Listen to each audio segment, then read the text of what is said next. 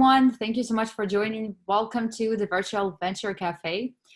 We run these free sessions every Thursday from 3 to 8 p.m. and everyone is free to join. We're happy to have you all online. Just some ground rules to start with. Please keep your cell phone muted unless otherwise prompted by Danielle. I will be muting everyone from time to time in case there's some background noise, so please bear with us. Let me introduce Danielle Duplin and founders over 55. Danielle Duplin is co-founder and global launch director of Agency. It's a worldwide innovation for living longer and aging better. Agency combines co-working for aging-focused startups and enterprises at global CIC hubs with experts programming and an international community of innovators. As president for Fruitwin Productions, Danielle is an award-winning public speaking coach and innovation producer with 30+ years of experience as an engineer, corporate executive, and ecosystem builder to help clients inform, inspire, and influence their audiences. And from here, Danielle, I would like you to take it from here. Oh, well, thank you so much, Julia. And thank you to the entire Venture Cafe team for setting up this virtual lounge and this way for us to stay connected during these turbulent times. So welcome, everybody. We're up to almost 50 people online, which is really exciting, given everything that's going on in the world. And so we welcome you for the next hour, hour and a half to continue the momentum that we've been building with the Founders Over 55 over the last couple of months. And so I want to, well, first I want to share my screen so you can see all the wonderful people that we're going to meet today. But I do want to start by just acknowledging that this is a very complicated time, very turbulent time. And so first and foremost, we want to extend all of our best wishes to everyone who is impacted by the coronavirus pandemic. And our point of view is that innovation could be a sanctuary for optimism in time like this, in that it was the financial crisis in 2007, 8, 9, where the Venture Cafe actually was born, if you will, out of crisis, became opportunity, where venture capitalists and startup founders were not able to meet anymore. A lot of funding had dried up. And so Venture Cafe started at CIC as a way for people to just casually connect over a beer. And it has become this amazing institution that has added so much vibrancy to the innovation ecosystems. And so here we are this many years later on the Venture Cafe platform, connecting once again as we think about what does the world look like going forward? And how do entrepreneurs who have lifelong experiences and potentially have weathered many economic ups and downs approach building a company in these times? And so we started this company, we started this group about a year or so ago as part of Agency. And Agency is a hub for innovators who are paying attention to the aging journey with products and services that help the world's aging populations. And from that work, we realized that a number of entrepreneurs, they themselves were starting companies as their encore careers.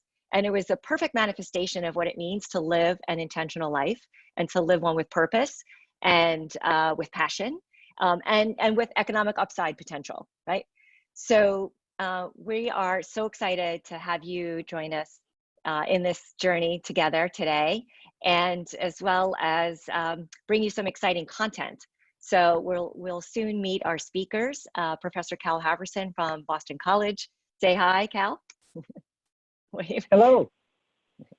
And so Cal will give us some great insights from his research on entrepreneurship later in life. And then we'll say hi to some of our Encore founders who will be on our panel. So Mary, Cronin, and Scott, say hi so everybody can see you.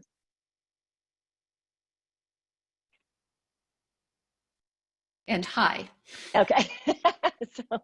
Okay, we'll do longer introductions when we get to the panel, but I just want everybody to see you. So Stephen and Charlotte Opie, say hi. Hi. Hi.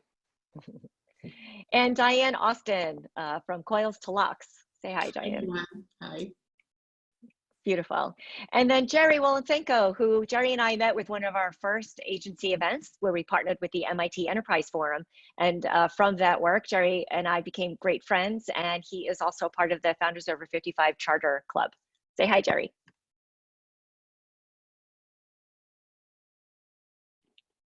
Jerry? Well, I think he'll join us in a little bit. So we have everybody's contact information up here on the slide. We will put these contacts in the chat as well, so you will have them going forward. So before we get to the content, I'm going to stop sharing my screen. And just a couple of housekeeping rules, given that we're on this group Zoom. So we have the opportunity to potentially do this as a webinar format where you would only see the speakers, but we're choosing to do it in this big meeting format, really because the club is about getting to know each other, right? And so if you haven't used a lot of Zoom, I'll go through a couple of quick housekeeping. So on your top of your screen, you'll see an icon that's either speaker view or gallery view. So it looks like we have, if you hit gallery view, you'll see there's like 4 screens worth of people who have joined, and it's beautiful. I'm loving seeing all this energy in the room. If you click on speaker view, when it comes time to our panel and our keynote, you will see the person who's speaking will take up the larger portion of the screen. So that's a little bit about that. Secondly, as you do scroll through and you see people's names and they're folks that you've been looking to connect with or hang out with, there's a name you recognize or somebody brings up something that you want to have a conversation with, hover over their square and you'll see a little icon in the top right with 3 dots. And if you click on those 3 dots, you'll see a drop down that allows you to chat privately with that person. So if you all go down to the bottom and at least make sure that you have your chat box open, that's going to be how we chat with each other today. So if you have questions during the keynote or the panel or questions for any of us on the Founders Over 55 team, by all means, please just type away and we will get to your questions as much as we can. And if you want to talk privately with someone, as I mentioned, use those top 3, those little dots in their square, and you'll be able to have a private chat. Okay. And then one last note, this session is being recorded, which is wonderful because then we'll have this great asset that we can post on the website for folks who weren't able to join us today. But just so you know, you will be part of that recording. So let us know if that's an issue for you. And last but not least, before we get started, as you know, you've probably heard about the Zoom bombing going on. So I feel like I should just say that up front.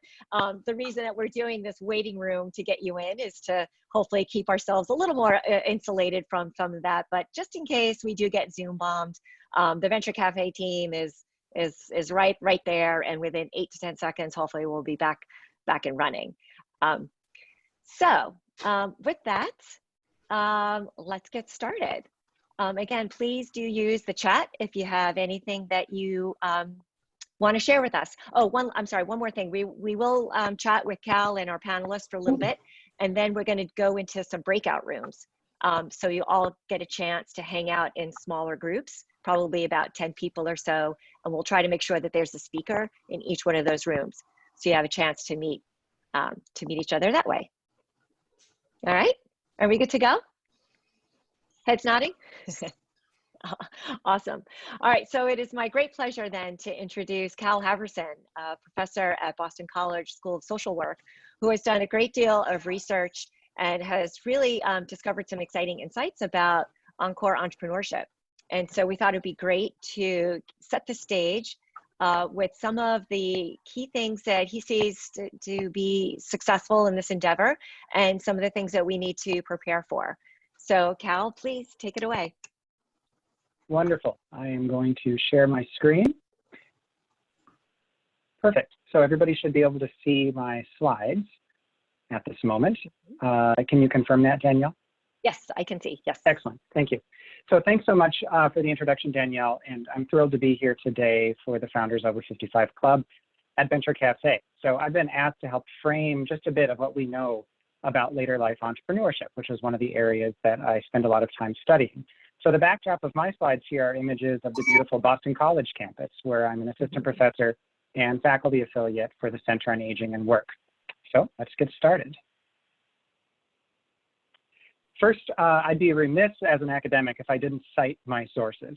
So anytime you see this link symbol, that means that I've embedded hyperlinks in my presentation. Yet you can't access these through Zoom, so I've created a shortened website where you can access my slides and peruse the resources at your convenience. I include several resources at the end of this presentation, so I'd recommend writing down this link. And you'll see this link on every single slide until the very end. So first, I'll provide a little background on what we know about entrepreneurship in later life. It's important to understand that there is a great deal of variation in how much people approaching traditional retirement age have saved for retirement. This chart is essentially saying that about 1/3 of people aged 55 and older, including their spouses, had less than $100,000 saved for retirement in 2019. And about 3 in 5 people aged 55 and older and their spouses had less than $250,000 saved for retirement. And given the current economic conditions, I would assume that the average level of savings among older Americans has declined substantially of late. So there may be financial need for people to work longer, at least for some. Indeed, many people intend to work past traditional retirement age. Here's just one poll from Gallup in 2017, which found that only 1/4 of Americans plan to stop working altogether at the age of 65. The rest plan to work mostly part-time and some full-time. And other research has shown that there are a mix of drivers for working later than expected. Sometimes it's financial reasons, sometimes it's a desire to stay engaged and active, and often it's a mix of both. And one way people stay economically and socially engaged in later life is through self-employment and entrepreneurship. You'll notice that throughout this presentation, I'll use these terms interchangeably. This aligns with the general usage of the terms, which simply mean to work for oneself or to be your own boss. There are people who disagree with this, but for the sake of today's presentation, let's consider them the same things. First, let's go over just a couple quick facts. We know that within the labor force, in other words, among those who are currently working, the prominence of self-employment rises with age. Here, for example, you can see that while about 1 in 14 workers between the ages of 16 and 49 are self-employed, about 1 in 6 people between the ages of 60 and 64 are self-employed, and nearly 1 in 3 people in their late 70s are self-employed. So among workers, the chances that you will be self-employed increases the later in life you go. And research also shows us that the share of newly self-employed older people has increased over the past 20 or so years. Here you can see that about 1 in 7 of the newly self-employed in 1996 were between the ages of 55 and 64, and by 2018, they made up more than 1 in 4 of the newly self-employed. So on both of these measures of self-employment, you can see that age really is an important factor. The prominence of self-employment is expected to continue to increase over the coming years. This is for 3 key reasons. First, the sheer number of older adults is expected to increase in both total numbers and as a percentage of the population. This by itself will result in many more older people who are self-employed. Second, with the increasing prominence of gig work and other forms of consulting and contract work, we are likely to see even more people past midlife moving into self-employment. And third, the expansion of more affordable healthcare options through the Affordable Care Act and its link to Medicaid expansion by the states is expected to reduce what scholars have called job lock. Here's what this means. In the US, many important benefits to us, such as healthcare and retirement savings programs, are available at a reduced rate through the workplace. People often stay in their jobs partly to continue receiving these more affordable benefits. And as a result, scholars have shown that rates of entrepreneurship are lower than they would be if people had access to more affordable healthcare outside of their employers. So we would expect these rates to rise further with increased access to affordable healthcare outside of the workplace. Over the past 10 or so years, we've seen an increased spotlight on older entrepreneurs. In 2014, for example, the US Senate held a hearing on what they called senior entrepreneurship. And there are more and more programs aimed at helping people 50 and older to become entrepreneurs or to advocate for this growing group of people. Examples include the AARP Foundation's Work for Yourself at 50 Plus program, the Global Institute for Experienced Entrepreneurship, the Purpose Prize, launched by Encore.org and now run by AARP, which celebrates the achievements of older adult social entrepreneurs, And I've seen a lot of local programming as well, including our very own Founders Over 55 Club. I've also seen some movement in state policy. For example, the New York Senate has introduced a bill to expand Encore entrepreneurship for 3 years in a row. The most recent was introduced just last month, although it has yet to be passed. So who are older entrepreneurs? They are a pretty diverse group of people for sure. Yet research has also shown that several important factors are highly related to being an entrepreneur in later life. These include prior experience being self-employed, even earlier in life. This inherently makes sense as these folks already have a good understanding of what it's like. Researchers have also shown that those with higher levels of education, income, and wealth, as well as those who are married, are more likely to become entrepreneurs in later life. These can be explained by the fact that these factors increase one's personal safety net in case the new business is not as successful as one would like. It gives you something to fall back on. It also shows that for those who have less of these factors, they are less likely to become entrepreneurs. So here are a few examples of older entrepreneurs. These are not stock photos. Instead, all of these people are social entrepreneurs who won the Purpose Prize, a prize program for people over the age of 60 who started their social ventures after the age of 50. Many won between $10,000 to $100,000, and they are doing amazing work. And they exemplify another important motivation that has been shown to increase with age. It's called generativity, or the desire to give back to future generations and our communities through grassroots, nonprofit, and for-profit organizations. So I've just whizzed through a bit of what we know about older entrepreneurs, but what about those who are interested in becoming entrepreneurs, and are they any different? Well, it turns out that not much research has been done on this subject. In fact, there's a small body of research that looks mostly at undergraduate business students, certainly not very representative of the population. And there was one research brief that Encore.org conducted in 2011 on this subject. That is indeed a helpful report, but I was hoping to find a newer and more in-depth look at this subject. So a colleague of mine and I ran our own study on this using data from a nationally representative study I conducted a few years ago of Americans between the ages of 50 and 70. In this study, we found that about 1 in 7 Americans between the ages of 50 and 70 report a high level of interest in starting a new business or nonprofit venture within the near future. We also found that an additional 1 in 4 people report being at least somewhat interested. So in total, nearly 40% of all older Americans are at least somewhat interested in starting a new venture. I would argue that that is higher than most people realize, indicating an untapped pool of talent ready to try something new. We also looked at factors that were related to higher levels of interest. These include lower age, in other words, closer to the age 50 than 70, although there were certainly people throughout the age spectrum with a lot of interest, identifying as male as well as Black. On this last point, we know that those who are white are more likely to become entrepreneurs in later life. So this finding indicates that there is likely what I've called an opportunity gap for key segments of our population, including older Black Americans. What is also important are the factors that were not related to interest in entrepreneurship. Here you can see that being retired, disabled, or unemployed were not related. This essentially means that people in these groups had just as much interest in starting a new venture as those who were employed at the time of the survey. We also found that education, health, marital status, income and assets, as well as living in an urban or rural environment did not matter in relation to interest. These are important findings, as these are all factors that are related to actual rates of entrepreneurship. So these highlight that important groups of people who might like to learn about and gain access to entrepreneurial opportunities. So what does this all mean? I'll now attempt to tie this all together. First, self-employment and entrepreneurship in later life can be an important route to desired flexibility, autonomy, and income. This can be true for those who have always wanted to be their own bosses, as well as for those who lack other options. Yet this form of work is not a silver bullet. It can be hard, and our social safety net is not set up to make it easy for you to save for retirement and afford health insurance, which are benefits that are traditionally tied to the workplace in the US, but not in most other wealthy nations. So part of my work aims to highlight the disparities in health insurance coverage rates and retirement savings rates between the self-employed and those in more traditional forms of employment, while advocating for new ways to protect our entrepreneurs throughout the lifespan. And in that vein, I would encourage you to seek out and advocate for ways to access these key benefits and to share how you are doing it. In my final slides, I'm sharing with you several resources that may be helpful. I will not go through these one by one, as you'll be able to choose whatever seems helpful to you when you download the slides.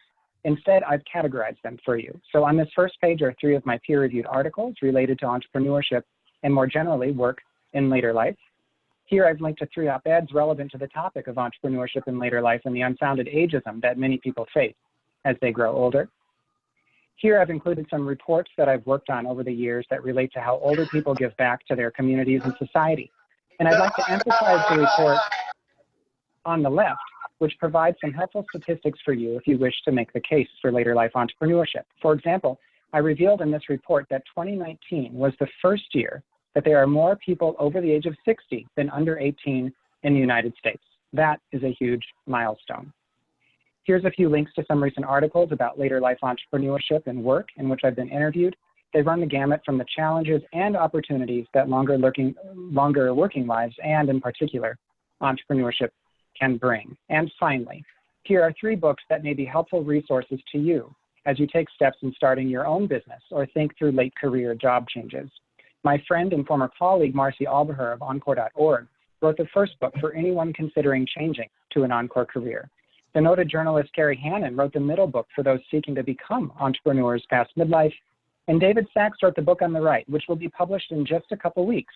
In it, he even features a story about my own grandfather, who became an entrepreneur of sorts after he retired by inventing a contraception to help young children learning to play tubas to actually be able to hold on to these gigantic instruments. And with that, I'll give you one last reminder that my slides are available at the above link. And I'd like to thank you for listening, and I look forward to hearing what Dianne, Mary, and Steve have to share. So I'm going to stop sharing these slides. Danielle? So Cal, thank you so much. And thank you for the research that you've conducted. And also thank you for that rich set of resources that we can access. I was really surprised to hear the 40% have indicated interest in starting entrepreneurship. Yes. So help us understand, what are you seeing as the barrier to turning that interest into a reality? How do we capture that energy and help people get into that, into actually creating a company or seeking a solo entrepreneurship? Yeah. You know, through talking with a lot of people who have done this and a lot of people who are interested in doing this but haven't yet, one of the biggest barriers is simply not knowing what to do. So that's why groups like Founders Over 55 Club are so important, because this can be a place where people can go to learn how to do it, how to start these businesses. It can actually be quite simple to at least get the LLC, for example, but a lot of people don't necessarily know that. So just simply this networking, the social networks that people have, is important. Now, for other aspects that are important as well, it would be financial capital. Some people simply have access to more than others. And again, that's where groups like this can help to build connections. But there can also be program and policy changes to enable more lending to people who historically have not gotten as much lending in the past. Mm-hmm. Okay. So when we get to our panel, I'd like our panelists to think about those things. Like, what was your journey? Like, how did you go from, not just intention to your first step, your next step? And then what are the resources you tapped into to make that happen?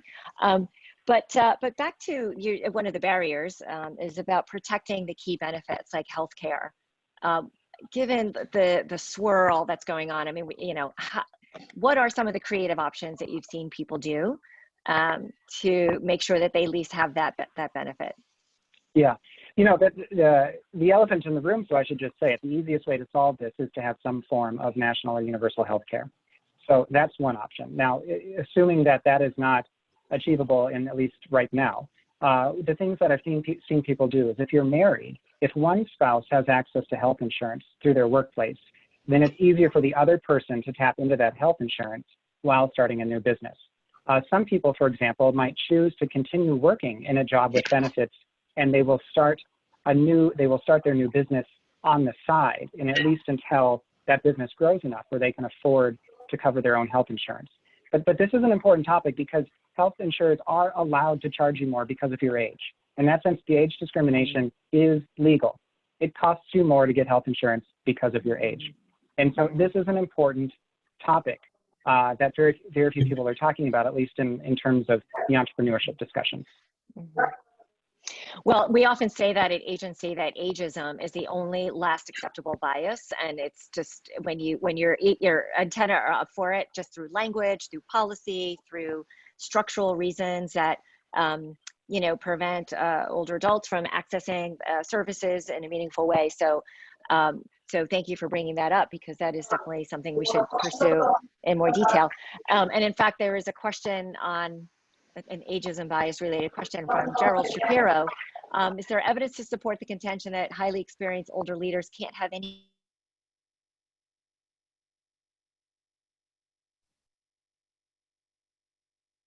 Oh, hold on, Cal, we need to unmute you. Hang on. Oh, perfect. Yeah, okay, yes, sorry. You also got muted during that, when you asked the question. So could you ask it again? Oh, apologies, yes. So there's Gerald Shapiro typed in a question here. Is there any evidence to support the contention that highly experienced older leaders can't have any new ideas? Oh, we know that, that new ideas and innovation have nothing to do with age. And in fact, assuming you're in your 50s, 60s, 70s, 80s, whatever, you can be just as innovative as people in their 20s. And so this is a huge stereotype. There has been some research that looks at ways we can become more innovative as teams. And my colleague Marci at Boston College found that that more age-diverse teams can be some of the most innovative teams. And so when we're talking about entrepreneurship, you also want to think about the team of people you want around you. And if you can have people from different generations working with you on your businesses or on your projects, that can also lead to more innovation. Yes. Oh, I'd love to explore that more fully. So I love the idea of the skill mix for multi-generational teams, but there's also just a way of behaving, a way of working. There's this habits, right, that we've all forged in our years, either kind of going through corporate structure, what kind of technology we're using, what ways that you have of managing each other or managing projects, advanced planning and so forth. So help us understand some of the multi-generational dynamics, and what should an Encore entrepreneur be looking for when they're trying to create a team that has multiple generations? What should they be looking for, and what should they be watching out for? Well, one would be a person who shares your overall vision, but you also want to search for somebody who has complementary skills to you. And so it is a stereotype that older people, for example, may not be as good with technology. That's not very true. The Pew Research Center is finding that as well, for the record. But if you can find people who just have different sets of skills than you, different life experiences, different work experiences, but you have a shared vision for where you want your company or your business to go, that would be the person that you might want on your team. Mm-hmm. So I see a note here from Chris Patel. Hi, Chris. I don't know where you are on this grid. So how can universities, so Cal, you're with Boston College, right? And university ecosystems are obviously geared towards the college age students, and there's a ton of entrepreneurship labs. Every college, has some kind of idea lab on campus that helps students turn ideas into businesses. What for the Encore entrepreneur? One thing I would say, and I have a new paper that's currently in press on this topic, is universities need to really start thinking more broadly about who their students are. When we think of traditional college-age students, at least here in the Northeast, the number of 18-year-olds is projected to decline. And so we really need to think about who might want to come back to college, and how can we reconfigure colleges and universities to be more open to people throughout the lifespan. So that could include people in their 30s and 40s and 50s and 60s who are working full-time, but may want to come back to school part-time perhaps to gain some new skills, or even to gain an entire new career. And so that would be one thing. Another thing to consider at universities is I was involved in a phenomenal class back when I lived in St. Louis. And what it was a class about aging, but about all of the factors of aging. And what was amazing about this is we had first semester 18-year-olds in this class, but we also had older adults from the community who were students themselves. And so they were in a multi-generational class, and they were learning from each other.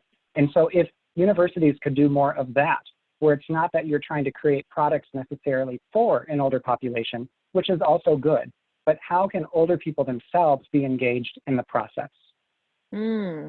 So everyone here at the club, there's 80 of you online right now. I would encourage you to think about if you had an ask, if you had an opportunity to sit down with the university president and say, you know, I would come back, or I would take a certain kind of class, or if the classes were run in a certain way, whether it's a scheduling thing or content thing or delivery format, or what might an Encore MBA, Encore Entrepreneur MBA look like? And if there's anybody who really feels passionate about this topic, please reach out to us, because we'd love to explore that further with you, as you know, in true design thinking fashion.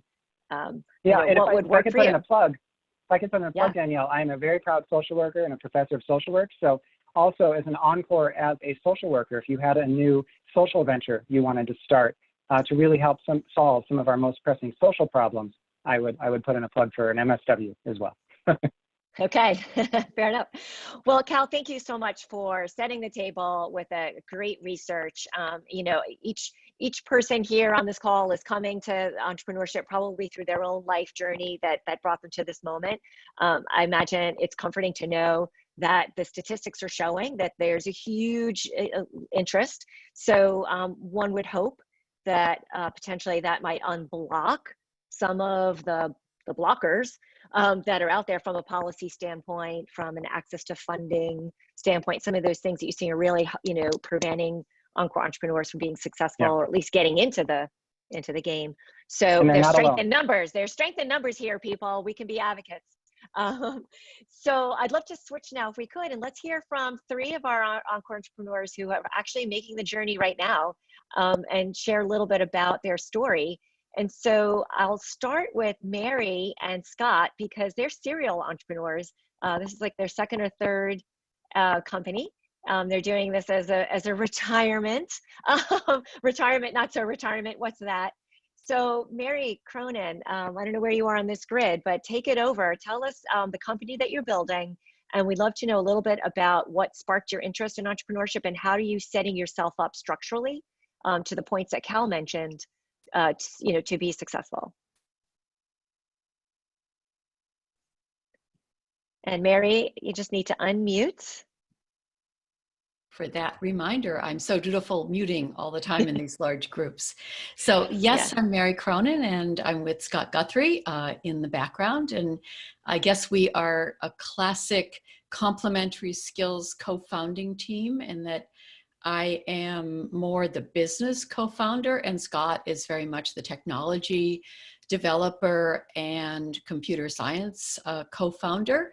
We both think we're pretty innovative, and that I totally agree with Cal that that does not depend on age.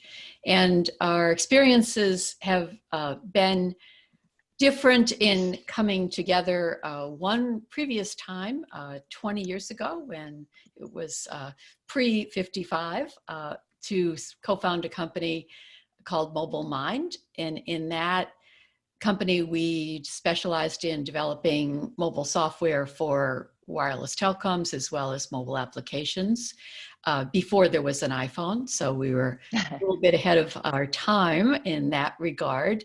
And my own children still say that when they told their friends in high school that, you know, their mom had started a company to do mobile applications, their friends said, "What are they, and what is that all about?" So entrepreneurs who are ahead of their time can sometimes do fine, and we did do fine with that company. We, in fact, were able to get venture funding and sell it to a mobile telecom company that wanted some of our innovations in the technology realm.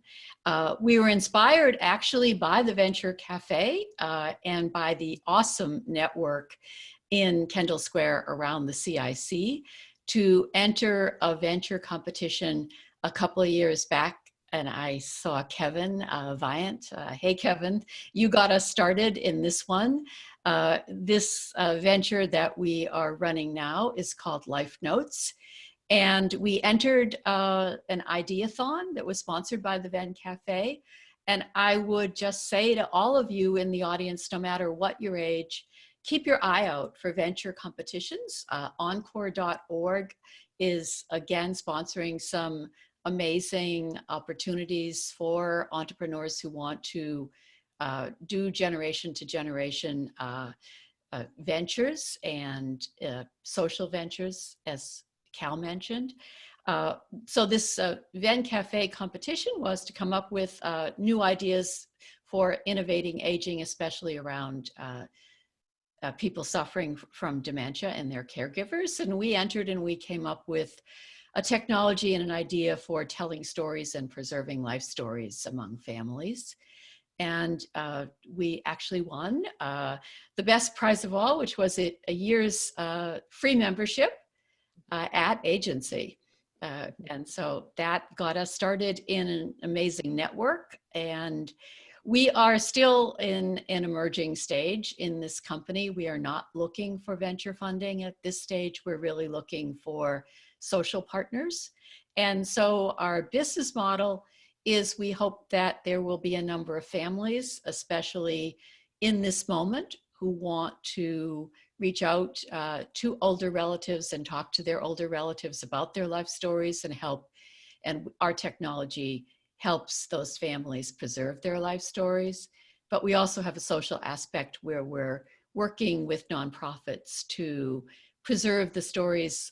We call it the Growing Up Mid-Century Project, to preserve the stories of people who did grow up in the 40s and 50s and whose memories are really amazing, and their stories are valuable, I think, to everyone today. So that's something that we're doing and trying to maintain. We also started this with the tagline, everyone has a story to tell, and the people you know have stories to tell, and find out how to tell their stories. But we also have an aspiration to inspire all generations to share and preserve their family stories. So happy to answer any questions, or happy to connect on LinkedIn later with anyone who is interested in knowing more. And thank you, Danielle, and thank you everyone at agency.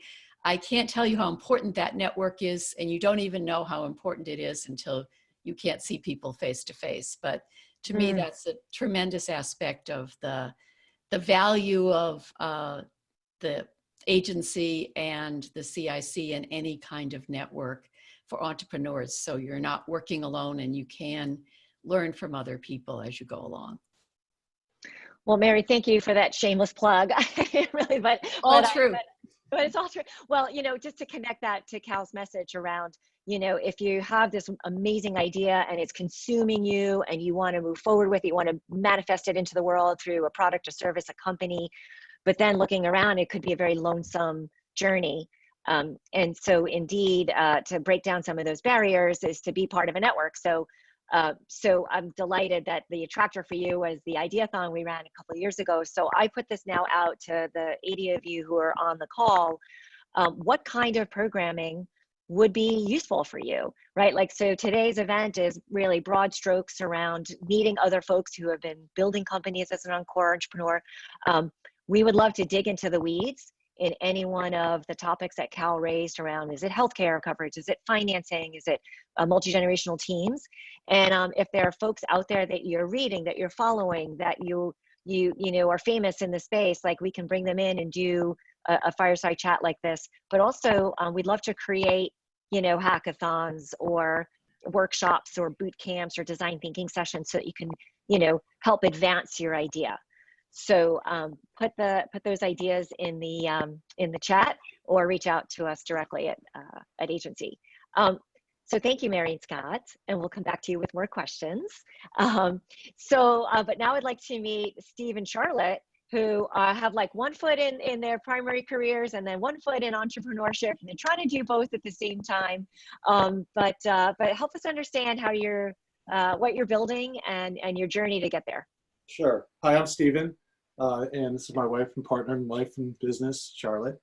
And our company's called SweetMobility, and we make a product called cane wraps. And I wanted to go back for a second. And the day that I've been doing industrial design, specializing in footwear for a long time, and been involved with 4 or 5 startups, not my startup, but other people's startups.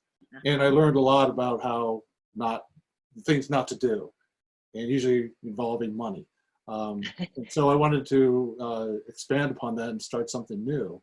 And I went down to Cambridge Innovation Center to get a tour, and the tour guide saw what we were doing, and Kristen was her name, and she said, "You have to meet Danielle." I'm like, okay. Sorry. So I went over and met Danielle, and of course, with her enthusiasm and CIC agency, we decided to join there. Thank you very much for the membership. And then all of a sudden now we're part of Founders 55. So the whole idea of networking, it really works down there, and it works everywhere. Just getting out and getting the word out, and really, exposing yourself out there and getting your message out. So I was going to hand it over to Charlotte. So the name of our company is SweetMobility, and our mission, our tagline is keep moving, be seen, and look fabulous. And the thought behind it is to encourage mobility and address the stigma of mobility devices like canes and walkers. As Danielle said, ageism is still one of those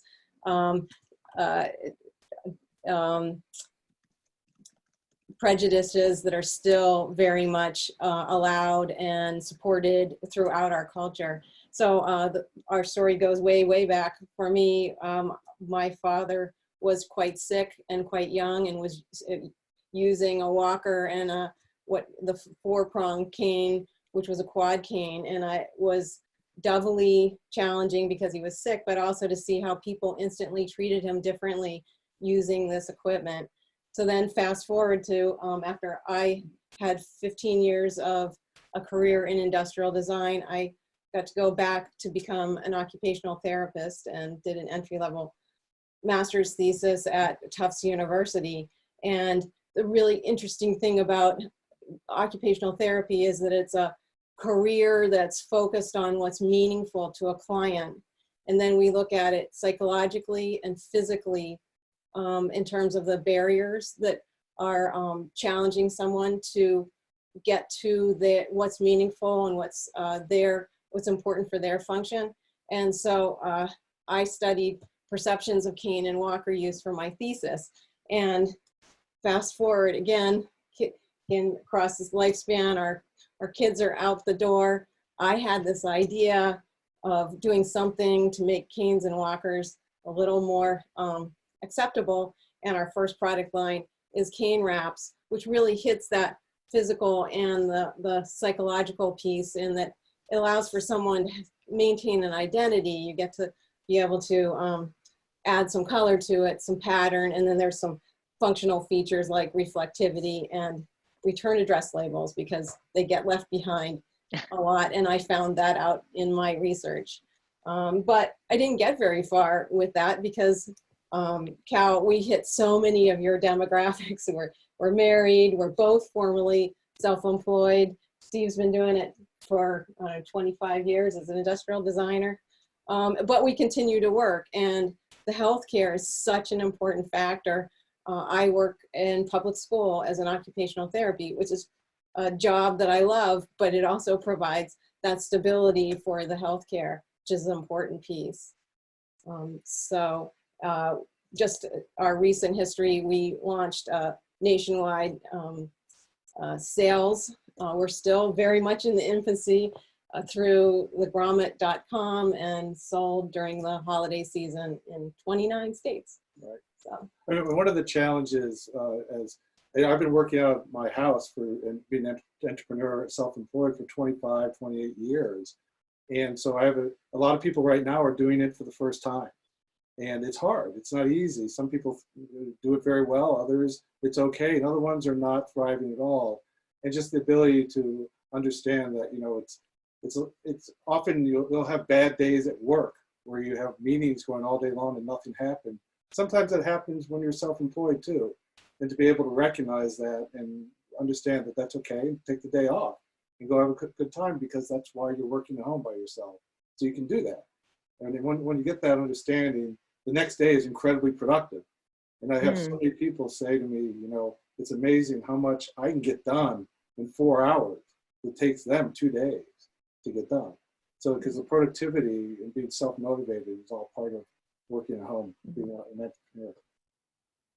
So also, you're morphing your industrial design profession also in the context of SweetMobility to kind of broaden your scope too. Yeah, I've been doing the same category of design for quite a while, footwear, which is wonderful. It's a blend of art and science, and I love it. But this is an opportunity to, in a sense, I can do that, what I do professionally, at night almost. And I can spend all my day time working on this, because this is my own passion. This is what keeps us motivated. And there's a lot of fun and energy involved. And it's more, you know, it's more of a passion for us, this exercise, for this company, than the actual work that I do. And one of the things I think is important is and we talked about it, kind of skirted the issue a little bit, is the idea of balance. That, you know, how much do I work on the actual job that's paying me money versus the job of building this company? And because that's a daily balance. And sometimes it's very easy to figure it out, and sometimes, you know, it takes a little while. Yeah, I think that's definitely a topic I want to explore further, which is how do you maintain your own sense of health and well-being and energy and vibrancy and so forth, while you have to put in the 80 hours a week or whatever to become, you know, the next unicorn company. So how do you balance that, particularly when you've got one foot in your primary career, if you will, and one foot trying to explore, right, hedging your bets in both places. So I think that is definitely worth more exploring. And we have somebody, our next speaker, who is actually doing just that. So I'd love to introduce you to Dianne, and then we all of us can get involved in this conversation. So Dianne, you're what I call kind of like an accidental entrepreneur, right? It wasn't necessarily we're thinking about it, but you had a lived experience that really compelled you to start a company. And I think it's a beautiful story. So please, Dianne, share. Thank you for having me. I'm Dianne Austin, and I have dabbled in entrepreneurship. My CPA used to tell me that it was really, the IRS said I was really practicing a hobby and not a business, but this is a business. I'm the co-founder of Coils to Locs, and we are an ethnically inspired medical wig supplier of Afro kinky curly wigs to cancer center hospitals. And my journey building this business was based on my experience as a cancer survivor. I was diagnosed with breast cancer in 2015. I learned that I was going to lose all of my hair. I knew that I wanted to at least try to work during chemotherapy. It didn't quite work out, but in my mind, I thought I might be able to, so I wanted a wig. And my oncologist gave me a wig prescription and told me to go to the cancer center retail store where I was being treated to get a medical wig. I go to that cancer center store and I don't find any wigs that look like my Afro kinky hair. I knew that I did not want to wear a straight haired wig because that would just invite more questions about, you know, the change in my hairstyle. So I actually went to a number of major hospitals in Boston that had cancer center boutiques. None of them sold these medical wigs that look like my hair. My sister and I, when I explained to her that dilemma, she wanted to join me in trying to solve this issue of this lack of ability to find these wigs and being able to use your health insurance to purchase the wigs. So this is a problem nationwide, we found. And we did a lot of research before officially launching the business. It's really a healthcare disparity, because when you think about the fact that if you have health insurance, and I'm very fortunate that I have really good health insurance because I'm also straddling that 9-to-5 world. I work at a major hospital, and my health insurance covers the cost of a medical wig, but I was denied the opportunity to use that health insurance. And that's where the health disparity comes in. And it was very frustrating to me, and I really wanted to do something about it. And that's how the business was born. We're a social enterprise. We're in the soft launch process right now. We've been bootstrapping this business, and that's a whole other issue and journey that I'm sure we can talk about as we go further into the conversation. But we do have our wigs featured in 3 Boston hospitals as of early November, and 1 hospital in Georgia. our goal is to expand nationally mid-year. And, but we already have people reaching out to us across the nation saying we need these wigs for our patients. So we're really excited about the business. That's beautiful. And you also work in a healthcare setting, right? In operations, right? So I think with you, Dianne, and Charlotte being an occupational therapist, and Mary and Scott having, you know, built a company before, I'd love for you guys to talk about how you're transferring your skills from your, you know, corporate environments, for lack of a better word, into now your entrepreneurship environment. Like what skills are transferring, and also your network. How are you leaning in to your professional networks to really help accelerate your new venture? Mm-hmm. So definitely the organizational skills, the ability to work under pressure is transferable into this entrepreneurship journey. Because my whole career has really been in healthcare, I have developed a lot of connections in healthcare. I'm fortunate enough to have a seat at the table with senior leaders who have listened when I shared with them my concerns around these healthcare disparities.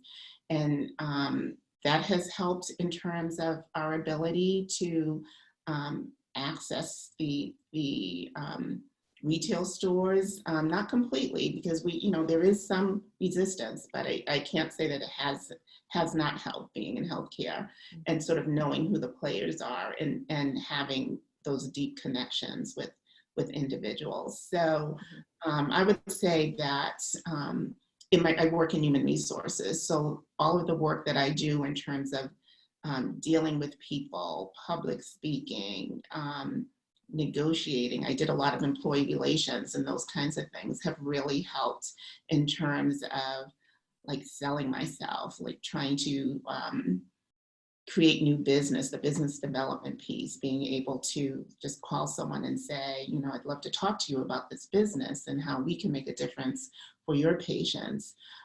There's more of a comfort level. We're in the process of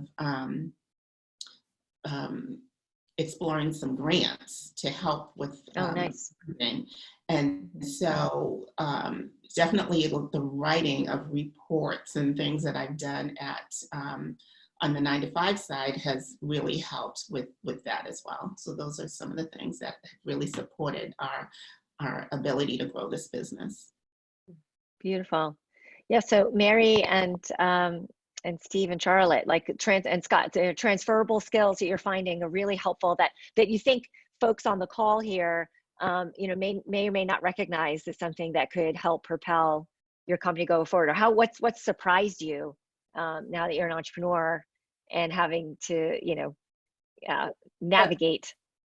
Maybe not a skill set, but ability for perspective taking, specifically after a long career and many different experiences and many different environments.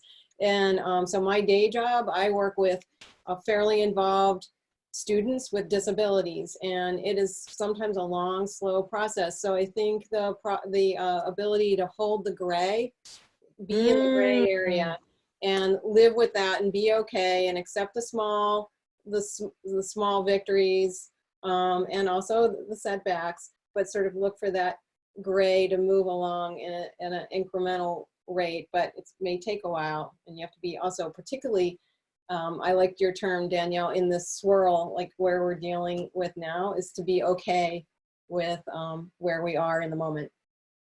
I want to hashtag that, Charlotte, hold the gray. First of all, hold the gray. This is like definitely happening. That's right. Not to be literal, but so many metaphors there. Well, one of the things that you talk about the swirl is that there's a professor of ours in college that his number one skill set for designers were tolerance of ambiguity. The ability to everything's never perfect. And so it's like that with the business. It's always, every day at 10 o'clock in the morning, something happens and it's wonderful. And then at 10:30, something happens, it's not. So and every day it seems to go up and down, up and down. So and a part of that up and down, I think, is related to Gail's question that just came in, which is, how do you staff up your new venture, you know, and offer those very same benefits that Cal was talking about, like healthcare and stability and so forth, when you yourself are kind of experiencing a lot. So, Cal, I would love for you to maybe talk about that a little bit, which is you know, we talked a lot about starting a company, but what about growing a company? What has your research shown to be successful in that area? You know, some of my research shows. Excuse me, I should back up a little bit. I've seen some research that others have done that look at, for example, entrepreneurs 50 and older who has employees and who doesn't, and it's about, give or take, half and half. And so there's a lot of people 50 and older, for example, who don't want to staff up. And so we just need to acknowledge that. And there's a lot of people who want to work for themselves, have the autonomy and the flexibility. And so that's wonderful. For those who do want to staff up, I'll be honest, I have not seen that much research on that particular topic for this stage of life. But I would say that it can't be that different than what younger entrepreneurs would have to do when they're staffing up. And so, you know, I'm not the expert on that topic, so I don't want to speak to it, but it's important. Yeah, well, I like that you're saying about being very intentional about whether or not you want at this point in your life to actually manage a staff, right? So then you have to say or calibrate the size of your company, like your ambition potentially, you know, right? You can't do it alone, but what are the creative ways to get those extra resources without necessarily, you know, having a big team? But I love your point of view that it's a very intentional decision. Right. So Mary, you're nodding, you and Scott, like, what are your thoughts about Life-Notes? Like, how big do you want this to get? I know Scott said he wants to make a killing. So like, how big do you, Well, it's liberating to have a social mission, which we do, which is we really want to hear and record people's life stories. And we want to do that for as many people as we can reach. And we want to have reasonable revenue based on that. So that is, I think, one thing that could be characteristic of founders over 55 is they're looking at their legacies and what they want to achieve in a new business. And that was, I felt very differently 20 years ago, where I wanted to get venture capital and I wanted to exit my company. And that was, we were driven, and we were the 8-hour a week, always on the plane people in that company that we started then. This time around, we're really looking more thoughtfully at what are we achieving and what are we proud of that we're able to achieve. And we do want to make money. It is a business. But I will say, to your earlier question and to everyone, life skills, I have found that one of the things that made me willing to ask people for things was working with nonprofits and feeling confident about your cause being a good cause. And that is a core skill for being an entrepreneur, is being willing to ask for money, for help, ask people to volunteer or to join the team in exchange for stock and equity.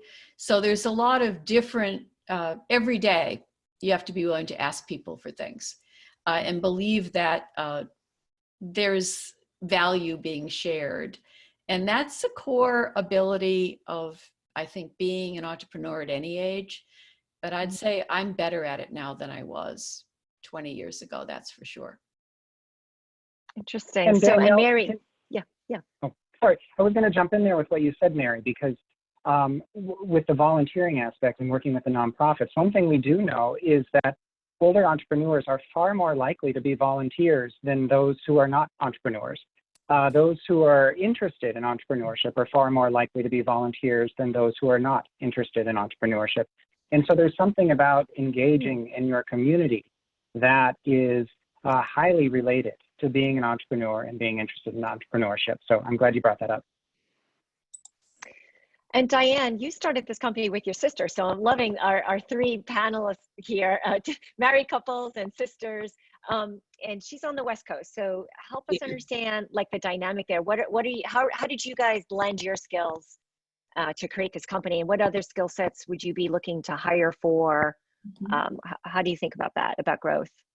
So I've been more of the strategic partner. And Pamela adds that to that skill set, but she's also very much behind the scenes, building our marketing vision in terms of social media, helping with the grant process, coming up with ideas and areas for growth for us. So we work very, very well together. We oftentimes think alike, but we also respect the differences that in the ideas that we bring to the table, which has been beneficial.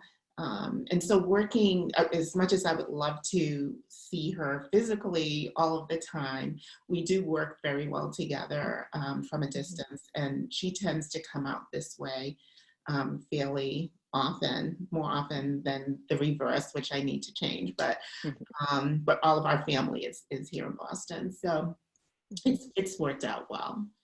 And so in terms of growth, I mean, we envision this company being somewhat of a larger company. Right now, it's my sister and I. We have a virtual administrative assistant and web assistant.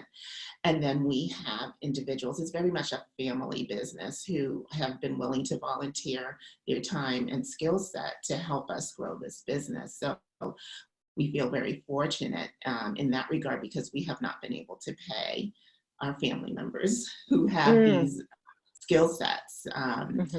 And have been able to really help support the business, and they're doing it because they believe in the mission of what we're doing. So but we do want to hire other employees. And it seems to me that in order to get access to that funding to then grow, like having those proof points, those early sales that you're now in these well-respected institutions, and Steve and Charlotte, you now have 29 states to brag about, right? And Mary and Scott, right? You're rolling along. So I think it's interesting, like Cal, to your point, like, volunteers, folks who share the mission to get to this next point, or to this first milestone, and then you can build from there. And it looks like on the chat, Andy would love to strategize with folks around how to have that conversation around, offering equity in exchange for labor, but what, how do you structure that so that it's fair? Yeah. So I feel like we just started, but I'm looking at the clock and we're actually at time, at least the scheduled time. And so if anybody has any last questions while we're here as a big group, either kind of raise your hand and we'll unmute you, or type it in. And we'll ask that to anybody. And while you guys are thinking of your last questions, I'll just go around, like, any last comments from our panelists on the entrepreneurship journey. Like, when we have this meeting a year from now, where will each of you want to be, and what were the steps that you're taking to get there? So I'll start with you guys, the Opies, because you just leaned in. Hi, where do we want to be in a year? A bigger company. we want more sales. Yeah. We want more diversity. And I think that the concept of like adding employees is really interesting for me at this point, where for the first time I don't have kids that are needing me very much, and I don't have older parents. And like, how much the employee responsibility gives me pause. So the one thing that I wanted to mention on that aspect was that we learned the most on our company in terms of changing our product and our company structure, from talking to actual real consumers, retail, who were purchasing from us, and they changed our product. And the next year, we need a lot more of that. We need to get out and get people using our product and get more feedback, and take that, because that's where we ended up getting the most influence and making the best changes. So that's, to answer your question, I'd like more input from the real users of our product for the next year. And sales. And sales. Okay, well, so everybody here, the club, we're here to support each other on our entrepreneurial journeys. And so the more that we learn about each other's products and services that we're manifesting into the world, if any of you on the call know of someone who is a cane user, or you yourself are a cane user, or with walkers, please reach out to Charlotte and Steve, and they would love to chat with you for some direct feedback, and you know, help with their sales journey. Mary and Scott, tell us where you are right now with Life-Notes and where you want to be a year from now and how the club can help. Well, in the interest of time, Danielle, I'll just say ditto to everything that Steve and Charlotte said. And I would say, in addition to more customers and more users who are incredibly valuable, I'd love to have more partners, a bigger ecosystem, a bigger network. And I think Founders Over 55 Plus Agency is really a great path for that to happen. So yes, everyone who is on this call, I'd love to hear from you. I have already gotten lots of LinkedIn invites, and I love LinkedIn. So good way to stay in touch. And let's do this again, because it really does help build companies and build networks and frankly, make life better in these difficult times. Thank you for hosting it. Oh, my pleasure. And stick around. We're all going to go into breakout rooms so that we can all hang out with each other. So stick around.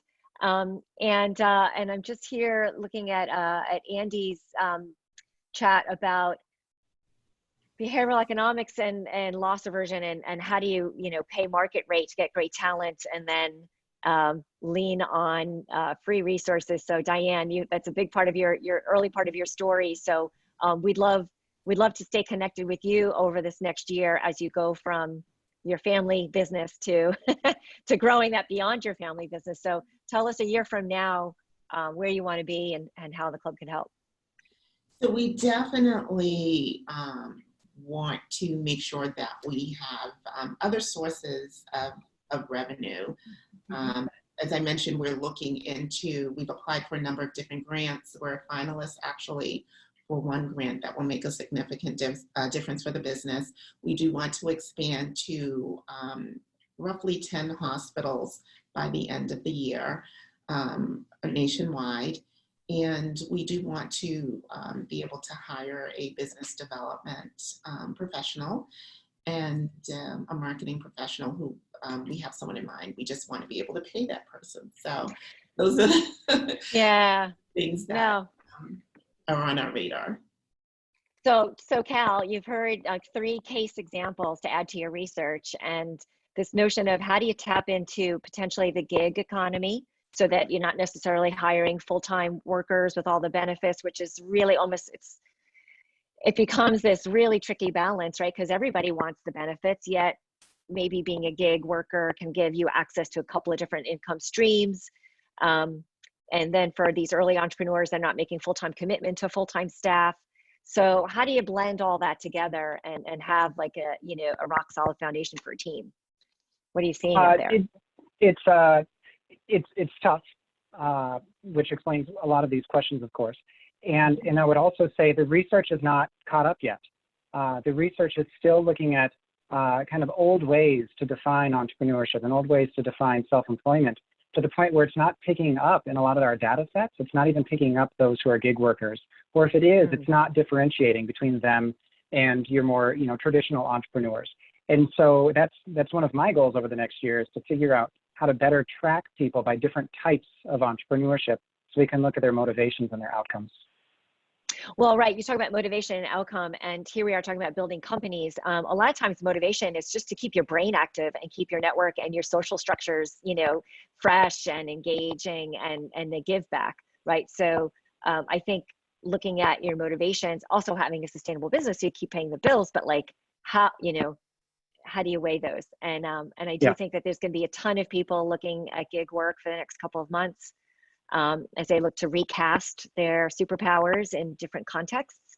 And so I think there'll be a lot of talent out there, and beautiful talent, great energy. And the folks on the call here, the entrepreneurial mindset is looking out and how do you reassemble assets in a way that really pushes things forward. So I'd love to, well, first of all, say thank you to all of our panelists. If we could just do like a virtual clap for everybody. and to all of you for joining. And so we have about 56 folks still on the call. So Yulia, here we go, darling. We're going to try to do breakouts. Yeah. Give me just 1 second for that. Thank you so much, Danielle. Thank you everyone for your incredible and very inspiring presentations. Just wanted to say thank you. And if you don't mind, if you can somehow type bit.ly/foundersover55 in your browser and let us know how we did today. This is our little survey. We'll fix it next time. Unfortunately, you have to type it manually today. We didn't know this would happen, but we really appreciate your collaboration on this. If you're interested, feel free to join the next session, which is called Economic Recovery for the Innovation Economy. I will paste the link in the chat box in a second. The next session on managing a remote workforce starts at 6 p.m. You can find the link by signing into the virtual cafe, and I'm going to paste one here in the chat box, and I am going to assign you all to the breakout rooms in just one moment. So, a little bit about the breakout rooms, and while Yulia is doing that, I also, hopefully that went in there. Yeah, I need to create one for you. I'll bounce around. I'll bounce around to the chat rooms. So I don't know if you guys have participated in Zoom chats. It's super fun. Zoom is going to automatically distribute us into about 4 rooms. I'll bounce between them. We're going to try to have at least one speaker in each of the rooms to host. And so this is a chance for you to get to know each other a little bit better. And if you have either resources to share, or you have a similar story to one of the founders, or you'd like some advice or thought partnership, this is a great opportunity to do it. So we'll spend about 10 minutes or so in the breakout rooms, and then we'll come back to this main session because we'd love to hear how it went for you, and also what we should be planning for the next event. And one more. Okay. Also, if you look in your chat, I have put all of our email addresses for the speakers are in there. And there's also a link to a survey if you'd like to be part of the Founders Over 55 Charter group. If you have some superpower you'd like to share, whether it's to help us organize meetings like this, if you want to organize a particular working group, let's say, and like Andy, I'm calling you out because you had a lot of great insight around funding and how to structure equity and so forth. So, you know, maybe Andy, you could start a working group and we could talk specifically about that.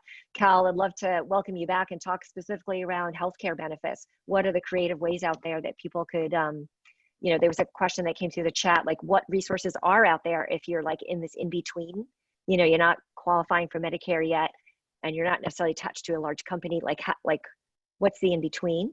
And any other topic that would be of value to everyone here. So thank you so much for your enthusiasm. And we're gonna jump into breakouts. So this is now, we're now at the end of our scheduled time. So any other, I'm gonna put my chat on just in case somebody wants to chat. So any thoughts around what we should do for, well, first of all, any reactions to what you learned today, and then thoughts of what we should curate for next time. And you don't have to put it into the chat, you could just shout it out. Yeah, please raise your hand so I could unmute you so you can share, because we see some background noises, so we'd rather hear you present. Hi, Charlotte. I just loved having the Cal's perspective from the social sciences perspective and the developmental lifespan. So that was very enlightening for me. Yeah, it's very good. Great to hear a lot of different perspectives. And I enjoyed the chat session asking people what their story was. And they had their own companies, and they were, you know, very Lots of great stories. Yeah, lots of great stories. Awesome. And Gerald. I think most of us have the experience of how to get things done, but we don't have experience about how to get things funded, especially with young people reluctant to fund older people. So a topic for a future meeting would be how to get funded when you're an older entrepreneur. Okay. All right. And do Yeah, you yeah.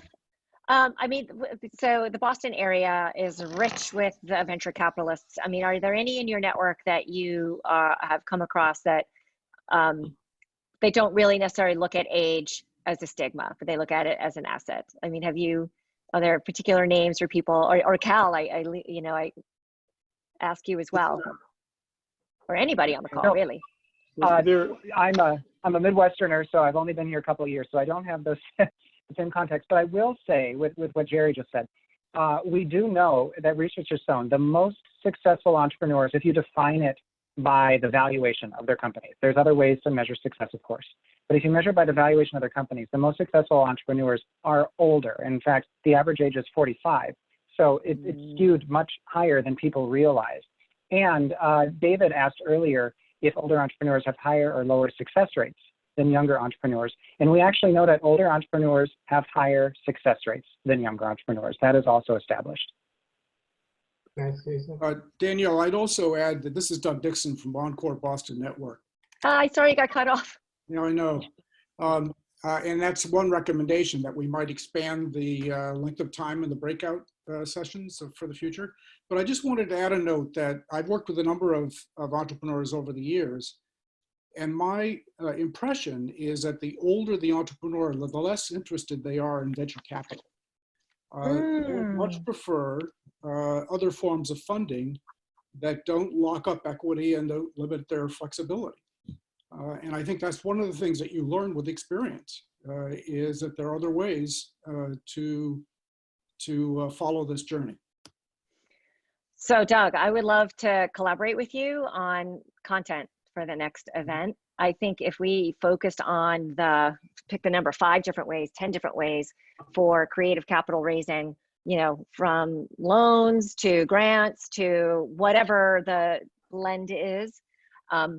And we can invite some enlightened VCs or private equity investors or other, folks who are decision makers, bankers, whoever it is, to be part of that conversation. I think that would be tremendously valuable. We get this question every time, and I'm not so sure we have yet a portfolio of good answers. There's more deal flow on the East and West Coast, but in the Midwest, there's not as much deals and more money available.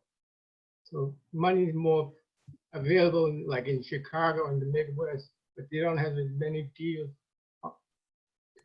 Danielle, it's Detlef.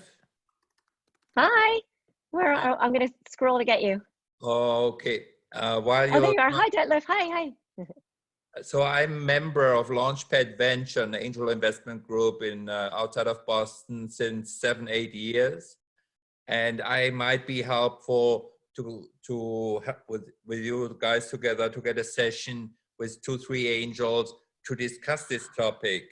Okay. What does it take? How do you present yourself to angels? For the business I've heard about here today, I believe an angel group is the first step to get the first funding rather than venture capital.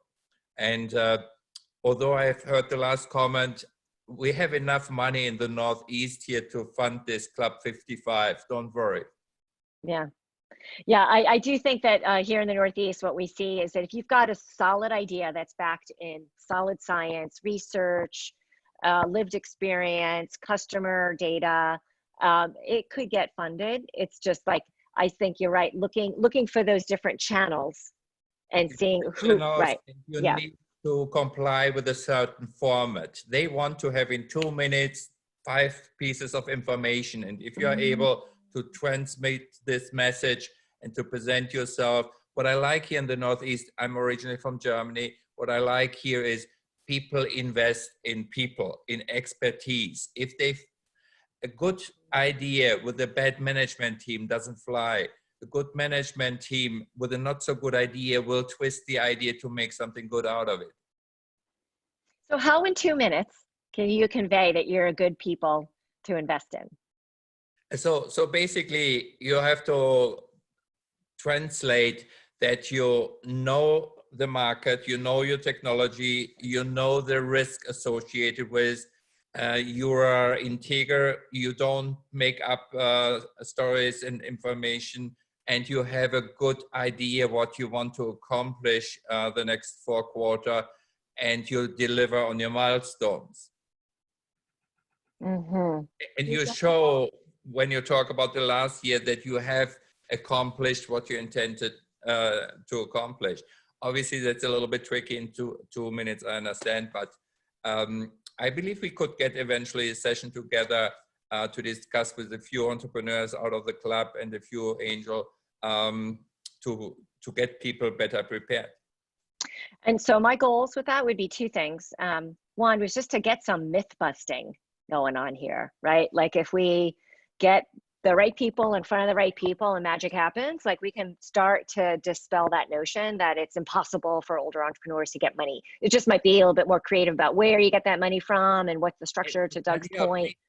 Yeah. Adopt the term older entrepreneurs. We are experienced. Experience. We're not old. Okay. No, thank you for that. Thank you for that. In fact, one of our next programs will be with Tufts Health Plan Foundation. They have spent 3 years investing in a research project on language, on reframing aging. And when we first launched agency a 1.5 years ago, we were using elder as the phrase, right? And we were told by the Secretary of Elder Affairs herself, she's like, stop saying elder. Yeah. older adults is the phrase. I'm like, oh, older adults, okay. Okay. You know, right? So, but I mean, but this is evolving, and I appreciate being called out, because it's important that we, you know, language matters, and matters deeply. So one of our next events will be with so that's why we've been using Encore Entrepreneur. So thank you, Doug Dixon, as our catchphrase. But I agree. So my long answer of apologizing, but also saying, I don't know what the better word is. Yeah, I don't have the perfect word, but let's not discount ourselves to label it with something that is really discounting. Indeed, indeed. Fair enough. So experienced entrepreneurs shall be my new phrase. So I thank you for that. I wanted to suggest something. We need to wrap Yes. up. So we have another session coming right up in just 8 minutes. So unfortunately, we have to wrap up. But I would like to thank you all for participating, and Danielle for organizing. It's such a fantastic session, and it hurts me to close this window. I'm really sorry. And we can schedule a one-for-one maybe next time. All right. Well, now we know our founders want to talk for 90 minutes at least. So this club. All right. Thank you so much. Thanks. All right. everybody. All right. Be safe, everybody. Be well. And we'll be in touch Thank you. again real soon. Bye-bye. Okay. It's called Managing Your Team from Away from Your Home. So That's a good one. there. It's a really good one. Okay.